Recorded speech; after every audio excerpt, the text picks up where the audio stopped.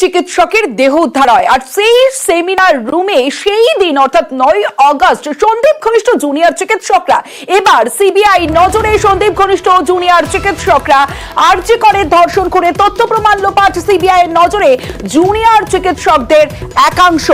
সরাসরি চলে যাব, অমিত সরকার রয়েছে আমার সঙ্গে, অমিতের সঙ্গে কথা বলবো। অমিত, মূলত এই যে জুনিয়র চিকিৎসক, কতজন জুনিয়র চিকিৎসক এবার সিবিআই নজরে রয়েছে? বেশ কয়েকজনের বয়ান রেকর্ড করা হয়েছে। মূলত সিবিআই কি কোন কোন বিষয় জানতে চাইছে?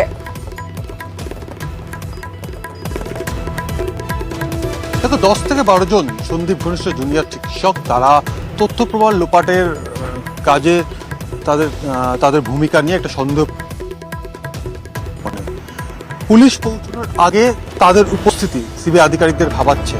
সন্দীপ ঘোষের সঙ্গে তাদের টেলিফোনিক কনভারসেশন ইতিমধ্যে সিডিআর বার করা হয়েছে। তাতে দেখা যাচ্ছে যে ঘটনার দিন সকাল থেকে বিকেল পর্যন্ত একাধিকবার এই সমস্ত জুনিয়র ডাক্তার যারা সন্দীপ ঘনিষ্ঠ তাদের সঙ্গে সন্দীপ ঘোষের কথা হয়েছে।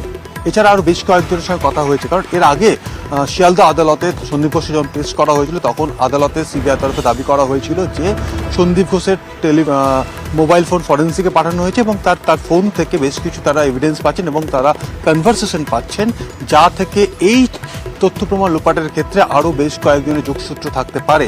সেই জায়গা থেকেই সন্দীপ ঘোষ ঘনিষ্ঠ 10 থেকে 12 জন চিকিৎসক যারা এই মুহূর্তে সিবিআই স্ক্যানারে রয়েছে, যাদের মধ্যে ইতিমধ্যে কয়েকজনের বয়ান রেকর্ড করা হয়েছে সিবিআই তরফে। অন্যদিকে সেমিনার রুম সংলগ্ন অংশে তাদের কিন্তু উপস্থিতি পাওয়া গিয়েছে। সেই বিষয়টি আরও সুস্পষ্ট হতে টাওয়ার ডাম্পিং এর সাহায্য নেওয়া হচ্ছে, অর্থাৎ এক্স্যাক্ট কোন কোন লোকেশনে এরা ছিলেন, কখন পৌঁছেছিলেন, কার নির্দেশে বা পৌঁছেছিলেন, এই বিষয়গুলোর জন্য টেকনিক্যাল সাপোর্ট কিন্তু সিবিআই আধিকারিকরা নিচ্ছেন। এবং একই সঙ্গে মোবাইল ফোন ফরেন্সিকে পাঠানো হয়েছে। আরো দুটি ফোন বাজেয়াপ্ত করা হয়েছে সম্প্রতি সিবিআই তরফে। সেই দুটো ফোনও ইতিমধ্যে ফরেন্সিকে পাঠিয়েছে সিবিআই। সেক্ষেত্রে এই দুটি ফোন কি এই জুনিয়র ডাক্তারদের কারো, এই বিষয়টা কিন্তু এখন পর্যন্ত স্পষ্ট হয়নি, কারণ তদন্ত যেহেতু চলছে এবং তদন্তের ক্ষেত্রে বেশ কিছু জায়গা কিন্তু এখনো পর্যন্ত, যেহেতু আগামীকাল সুপ্রিম কোর্টের স্ট্যাটাস রিপোর্ট দেবে সিবিআই, সেই জায়গাতে এই সমস্ত তথ্য থাকে কিনা সেটা আমাদের দেখার বিষয় রয়েছে।